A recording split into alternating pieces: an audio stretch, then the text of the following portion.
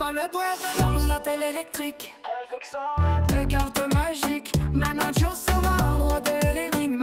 Il sait comment prendre les statistiques. Salut la team Sora, j'espère que vous êtes en forme. On se retrouve pour une 59e projection de galerie, celle de l'ami Amato Yoshi qui m'a contacté sur Twitter.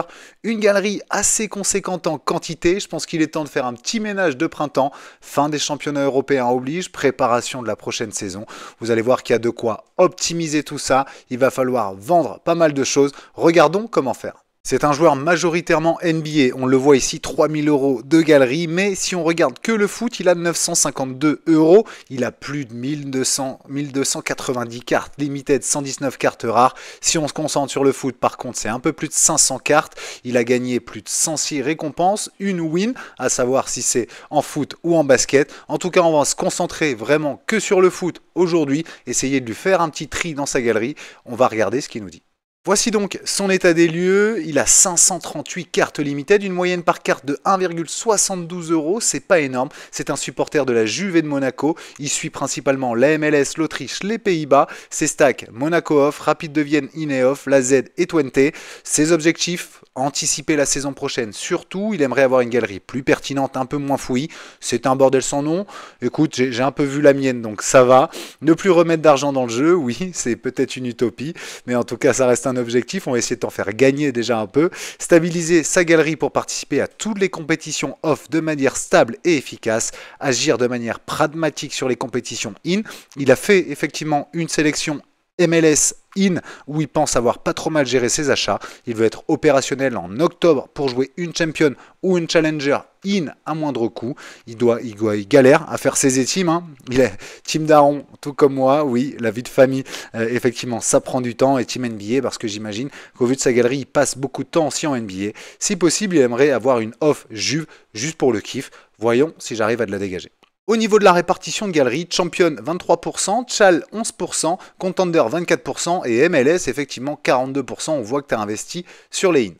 Et donc je vais vous montrer l'ampleur de sa galerie, regardez ça, donc j'ai trié normalement par prix ici, et ben vous le voyez, je descends très rapidement ici en dessous des 1 € et pourtant il me reste encore, ben voilà, énormément de joueurs que j'ai extraits ici. L'avantage, l'ami Amato, c'est que tu vas pouvoir justement regarder peut-être le L5 des joueurs, etc., voir qui tu vends, tu as directement accès quand tu cliques ici, et ça c'est, je le répète, mais c'est magique hein, ce que Sora Hive nous fait. J'extrais, je fais des copier-coller, etc. Mais ça reste assez rapide quand même, je trouve.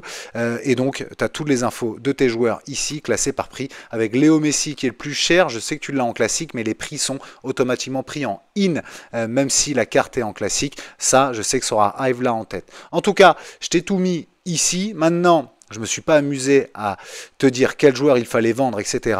J'ai juste un principe, c'est de te dire tous les joueurs qui n'apparaissent pas ici dans les projections que je t'ai faites, pour moi, c'est des joueurs à vendre. Comme ça, au moins, tu sais que si jamais le joueur n'est pas dans un de tes rosters, essaye de le vendre. Il va falloir aller étape par étape parce que ça te fait, je crois, quasiment plus de 200 cartes minimum à vendre.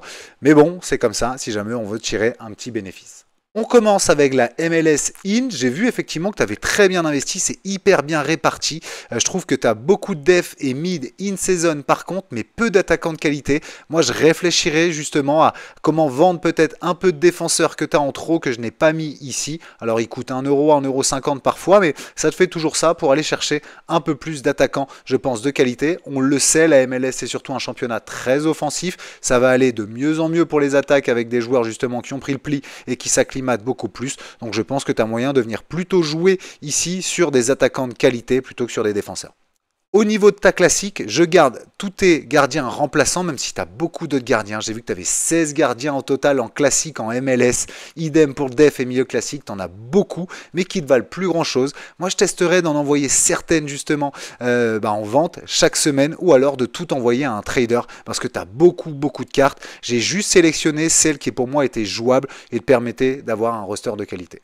Au niveau de ta champion, je garde bien Chevalier RSTS en U23, je trouve intéressant. Du coup, c'est pour ça que je le double ici avec Trap. Je t'ai pas mis de U23 dans ma composition. Je pense que tu vas pouvoir composer en fonction des match-up et plutôt mettre Trap à la place de Chevalier et donc Chevalier en U23. Tu as beaucoup quand même de U23 aussi dans tes Champion In et Champion classique. Donc ça, c'est hyper intéressant. On voit que tu aimes beaucoup ça aussi. Idem en classique, hein, je ne mets que 2 joueurs par ligne volontairement parce que tout cela, d'ici quasiment 6 semaines, hein, je crois maximum, ils vont passer en classique. Donc pour t'éviter d'avoir un trop gros roster champion, je ne sélectionne que ça pour l'instant, en imaginant que tout ça, ça sera soit en classique, soit en U23 l'année prochaine. Au niveau de ta champion classique, je trouve que ça manque de choix et de garantie devant, surtout avec du David Ashvili, du Ileni Kena qui joue pas tout le temps, Shaw non plus, etc. Sahraoui pareil, c'est remplaçant, Satriano encore blessé. Donc moi, ma grosse, en tout cas, alerte, c'est de renforcer ici cette attaque, justement pour prendre des attaquants U23 pour l'année prochaine. Je prendrai peut-être des attaquants in, parce que j'étais obligé de te mettre Mbolo et Ito par exemple ici pour remplir ta 3e champion in. Donc peut-être que je prendrai, et je te les propose ici, un Biret, je suis persuadé que tu kiffes, et un Sesko que j'aime beaucoup aussi sur cette fin de saison.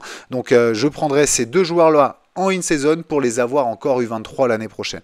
Voilà, je garde des joueurs, comme je te l'ai dit, comme Sahraoui, Satriano, parce que pour moi, ça peut retrouver du temps de jeu, surtout Satriano en retour de blessure, même si c'est une grave blessure. Mais voilà en tout cas mon astuce ici, je te présente Biret et Sesko. Son prix a même baissé, je te l'avais mis à 12, il est à moins de 10 € en in-season. C'est l'occasion de sauter dessus, messieurs, dames. Ça joue Le Havre en plus ce week-end. J'espère que ça va scorer. On sait que c'est un joueur qui est capable de scorer. Alors là, muet depuis 3 matchs. Attention quand même, Mika. Mais on sait que ça va être un attaquant, selon aussi ce que va faire Monaco l'année prochaine, qui va compter dans tous les cas. Il est encore U23 jusqu'en 2027.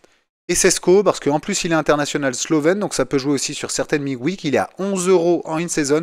J'aime bien aussi parce que c'est quand même titulaire indiscutable du côté de Leipzig. Il est U23 jusqu'en 2027 aussi. Il a un contrat jusqu'en 2029. Attention, on sait qu'il y a des clubs de PL qui le lorgnent, etc.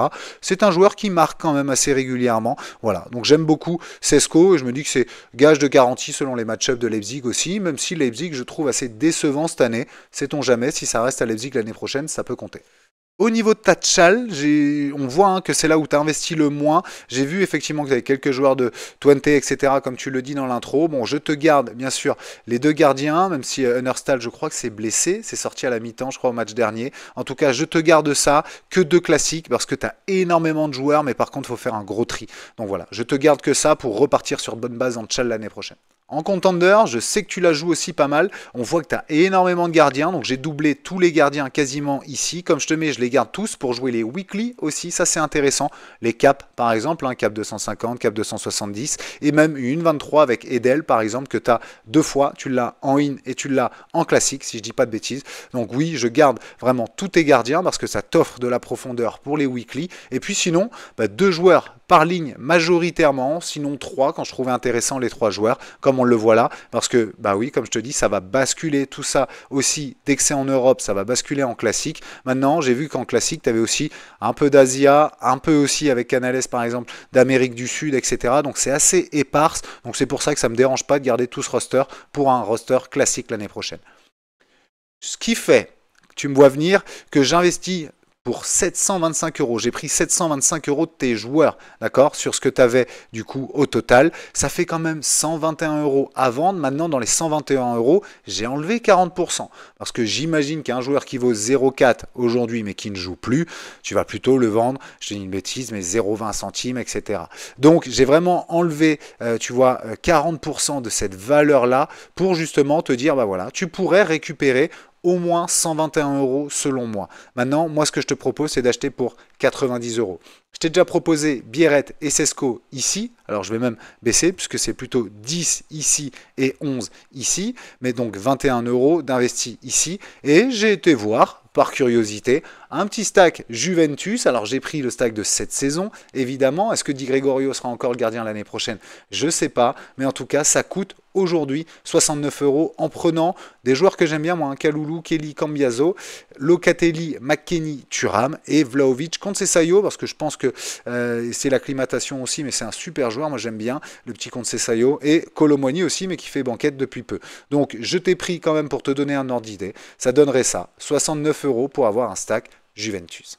Je n'irai pas plus loin pour cette projection de galerie. Je pense que la priorité, c'est de faire du tri. J'espère avoir bien structuré et que c'était ton souhait aussi pour justement que tu aies les bonnes bases, que tu aies des équipes aussi assez faciles à faire parce que moins de joueurs, mais des joueurs titulaires, c'est toujours plus simple aussi à faire pour les week-ends. Ça va te prendre moins de temps normalement parce que quand on a beaucoup de joueurs, bah oui, il faut aller tout checker. Donc là, je pense que tu dois rentrer dans une phase où il faut que tu te dises, voilà, je liste tant de joueurs par semaine, je reliste jusqu'au mercato d'été parce qu'on ne sait jamais. Souvent, il y a un petit pic quand même en juillet, voire début août, justement, sur les prix. Donc, quand tu commences à lister déjà les joueurs sur lesquels tu te dis, ok, ça je peux vendre et j'en tirerai un prix qui est correct. Et puis, sinon, bah, tu sais ce qu'il reste à faire pour juillet notamment. C'est là, mettre une grosse partie de ta galerie en vente avec des joueurs qui peuvent être transférés, sur lesquels tu peux faire un petit bénéfice, par exemple. Mais c'est ce que je ferai en tout cas et je conserverai les bases que je t'ai montrées dans la structure.